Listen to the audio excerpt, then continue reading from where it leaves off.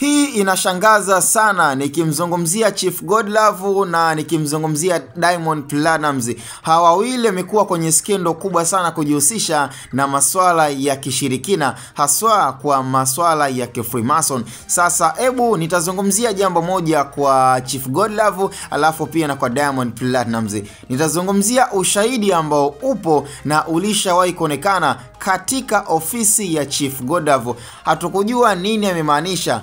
Bwana, jambo la kutisha, jambo la kusikitisha sana ambalo liliwafanya pia watu waweze kujiuliza ni katika ofisi ya Chief Godlove kuweza kuonekana kwa hili ambalo nafikiri Watanzania wengi walihoji na kutaka kujua nini maana ya yeye kuweka jeneza katika ofisi yake. Ina maswali mengi sana, na jeneza hilo likiwa limewekwa jina la Chief Godlove, hatuwezi tukajaji sana. Nitaenda kwa upande wa Diamond Platnumz pia the same, katika ofisi za ndani kabisa za WCB. Kama unapata nafasi ya kwenda Africana na ukapata muda na nafasi ya kuingia katika lebo ya Wasafi, tena kwenye chumba cha CEO ambaye ni Diamond Platnumz, unakutana na mafuvu ya kichwa. Sasa inatengeneza maswali mengi sana. Alafu kwenye stori za wao kuhusishwa na masuala ya Freemason,